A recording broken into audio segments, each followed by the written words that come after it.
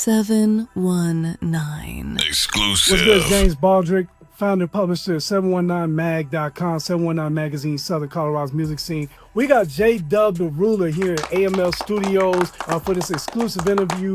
What's good, man? What's up with it? Yeah. You know, what I really like to touch into is how you got started in the music industry here in Southern Colorado, in Colorado Springs. It wasn't the easiest. So I was actually, when I first started doing my music and releasing, I was actually in college at the time, Grand Junction. So I think really getting my feet wet into the industry here.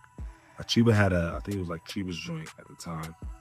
Shout out to KT, but also 719 Mag. But he was doing it off of submission, and then it was like, yo, if you get selected, and it was kind of like a wake thing for me every night, being not here and not knowing what's going on. And we're gonna be featuring this artist, and then that's when people started hearing about me. It was funny. I don't know if you ever heard of Adrian Swish. At the time, I was actually talking to him, and he was hearing about it. You know, me being on the radio and things like that. But he just was telling me it wasn't good enough at the time.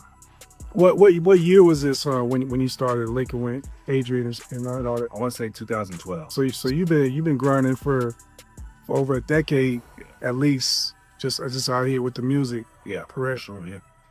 Born and raised here in Colorado Springs, or went to high school in Lyfield.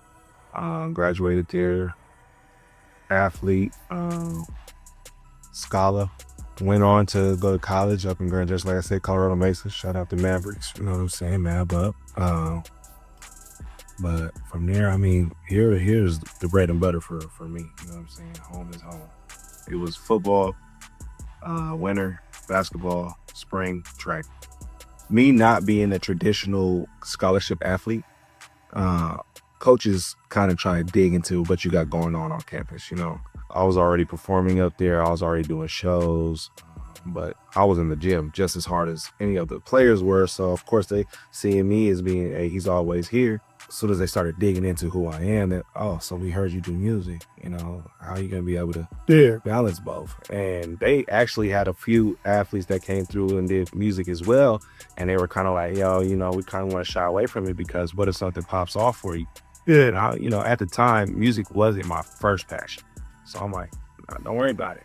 I'll be there. So that was something I had to kind of talk to the coaches about. And it was more of I had to prove myself pretty much socially, as well as proving myself against the scholarship athletes and things like that, where they was, you know, my focus is here. This is my top guy. What brings you and what can you do for me? You know what I'm saying? So it was definitely something that I had. It was like almost like those times of adversity. Like I was already looked at like whatever. He's here, please for practice type thing. But I earned my spot. You know, balancing education and also surviving and finding that balance as an artist and still being able to achieve what you do. You know, you're still having to balance being a father, working, and doing music. How do you find that balance as an artist? Oh man. You kind of just have to prioritize. That's the only way I can really see it, because everything's going to keep coming at you regardless. But one thing you can't shy away from is your family and your kids. So maintaining that first, you know what I'm saying? God first. I just want to put that there. But amen. Your family, and you got to take care of them as a man, as a woman too. You know what I'm saying? If you're going to be, if you wanted to have that type of responsibility, you know, you got to step up to that plate, and that's what I have to do. But when it comes to the other things, it's a priority. A lot of things I kind of stretch myself thin sometimes, and I kind of take pride in myself because I feel like I'm still working hard. You know, as an athlete, you know, you use your exertion, you using your body, doing what you got to do. Now that I'm not doing that all the time, you know what I'm saying? It's like, okay, well, how do I spend my time? You know what I'm saying? I'm at work. Boom, okay, I need to go to the studio. I'm in the studio. I gotta make sure everything's good there. You know what I'm saying? Work, studio, kids, how they doing? Make sure they're getting their homework done, things like that. I kind of treat my music almost like extracurricular. I love doing it. And now, you know what I'm saying? It comes second nature to me. So when it comes to like, oh, I got a show, I got an interview, that's like fun to me. Like I'm going to do that. Like if we going on vacation, it's because I'm going on tour. That's how I'm seeing it. My vacation is me doing my music and To everybody else, that's me still working. But Yeah. me, I love to do this. And home is where my burden is. Yeah. You know what I'm saying? So as soon as you slip up, you'll see it. I mean, I miss a day of work. You know what I'm saying? Some bill ain't getting paid.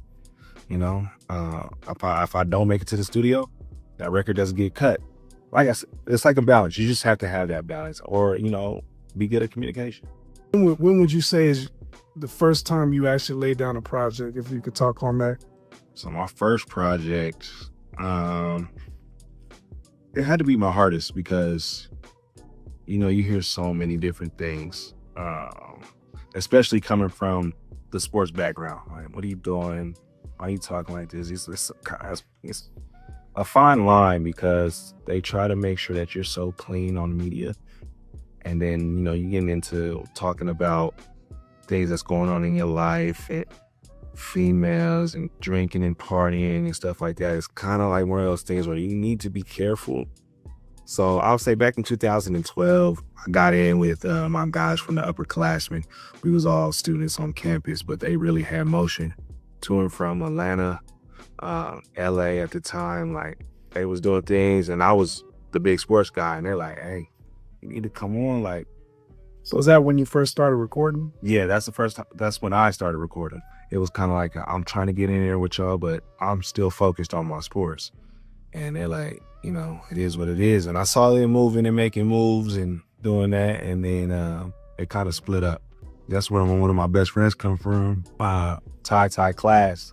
We were both doing business majors, but we were both doing the music.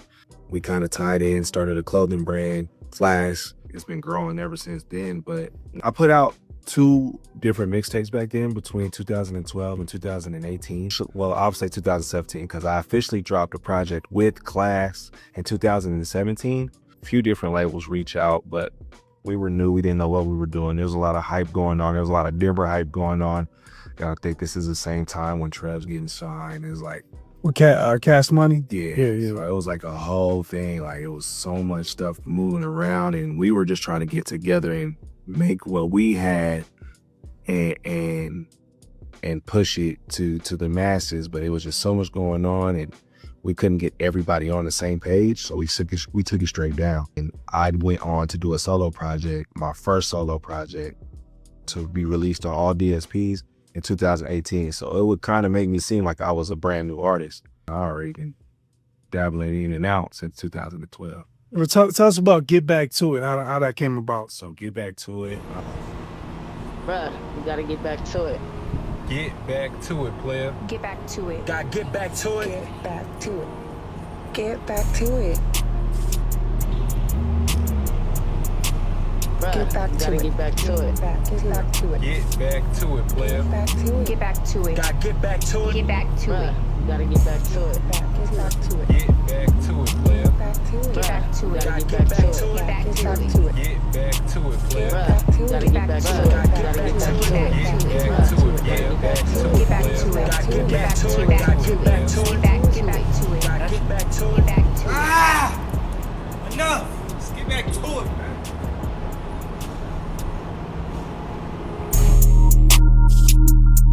So that was me trying a new sound. If you go back to any of my music, it's real rappy, it's real bars, it's and Get Back to It was more of like feeling. I started working with different artists during this time. I'm working with Westside Boogie. I'm working with Stephen G, a lot of West Coast artists, Scheme at the time, where I'm learning to balance just the rapping and more melody. So I'm singing for the most part, not heavy singing. I'm not strictly R&B, but I'm giving you a sound more than just me coming and rapping just like everybody else. I purple's on and they pulling in blue face. Off the classy Azul when I move place. I know niggas is pissed I can fall off the face of the earth. Still running she shoelaces. Run it up in these motherfucking Reeboks. Bet you bitch puckered up like she beatbox. Her buddy was hating until he got hit. Had a toe like recording the TikTok. Pineapple fake going to pre-roll. Help me get in my zone on my ego. This 7 no dub is the one I've been dodging. The hate this to make sure I'm Neo. So it was kind of a thing where I'm kind of trying to see if it'll stick on the wall. But I already had 2 projects curated solely off of just that sound. So I give the EP to see where we at, and I don't know. I don't know if I don't like the response I've gotten from it, or because I've gotten a great response from it. I've actually heard that they want more of it, but I can't bring myself too much to give it. Last year, you dropped an LP with 10 songs. So during these same 2 times, it's all a conglomerate, like you're saying. So it does, they both do have some correspondence with each other. So Scheme, I had mentioned in the last one, I actually did a couple records that we just failed to finish that also had that Get Back to It vibe. But the songs that we did finish gave the vibe that I want for Don't Forget the Bag, which originally wasn't the name of it, P.O.P. Now, I want to keep it kind of discreet on how the name was, but it was paper over. I'm sure you can feel it in the You feel me? I'm like that, no surprise, she say she'll be right back. Oh, this bitch nigga mad with my pipe in. I'ma send this bitch out like this kayak, I'm on, don't try that. You niggas been thinking shit sweet. Cavity, that's only lasting a week. Gravity, you feeling froggy and lit. But that's kind of where it came from. But it stemmed from the time that I did go to LA and I made the 4 tracks with Scheme. Like, it was just on some money stuff, you know what I'm saying? So he was really hitting it hard. Like, he was showing me LA, how they move. It was different for me because I do have family in LA, but where I was at probably wasn't the safest spot to be. And he's just like, yo, he was showing me some of the ways to move and not to move, which was, it was cool because you don't get that from everybody. For Don't Forget the Bag, I brought in AP. Shortly after that, I'm pretty sure there was a whole video where AP was like, yo, when they asked, like, who you want to work with? And AP's like, yo, there's this dude named JAYDUB, I want to work with him. It's been since then, we just have never gotten to it. And then this particular project, bro, I was like, I'm living in Denver at the time. Bro pulls up on me, heartbeat. It was straight magic from there. Yeah, I go back decades with AP.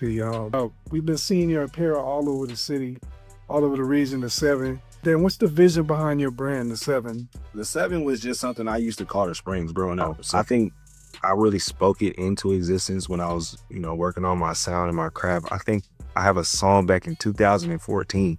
I think I was covering one of Drake's songs when he was doing the whole 6 God thing and stuff like that. I kept mentioning the 7. But recent, actually, when I started working with Westside Boogie. Destin' that we blow. You mind, let me step up on the flow. It's whatever come and detonate my soul. Elevate my lows, can remove all my tension. Mama let me know I gotta move with intention. Just don't be acting dumb, know all these clues that I'm sending. You lose from conviction, let your truth be redemption. Call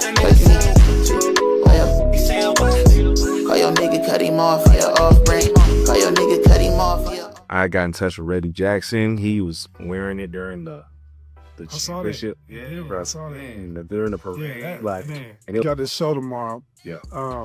Very impressive lineup. There, we got one of the lineup in the building right now behind the scenes. Flo, man, what's good, man? What was your vision behind the show and the bookings behind the show? You know what I mean? I've been working with Concert App. Shout out to my guys, Top Flight Empire, that created the Concert App. The platform is to help uplift any type artist, however you coming. You know what I'm saying? Even if it's your first time with a song, yo, I have the artists that I want, and they said reach out to them, get back with me. So, boom, I'm hitting KO Kelly. I'm with it. I got Flo Man already here with me. He's like, yeah, you already know you got me.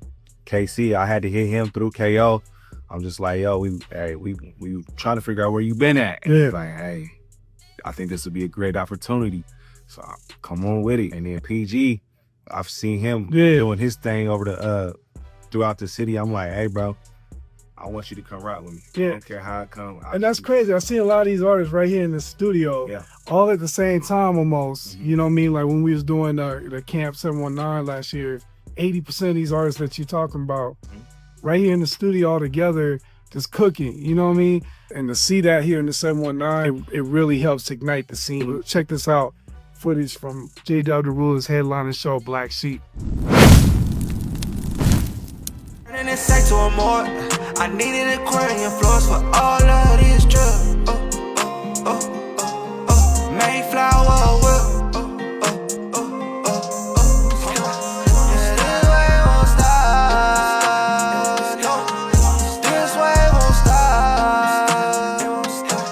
You mentioned another release that you were planning if you want to tell us about that Love in Silence. Yeah, so that it's more of an R&B sound.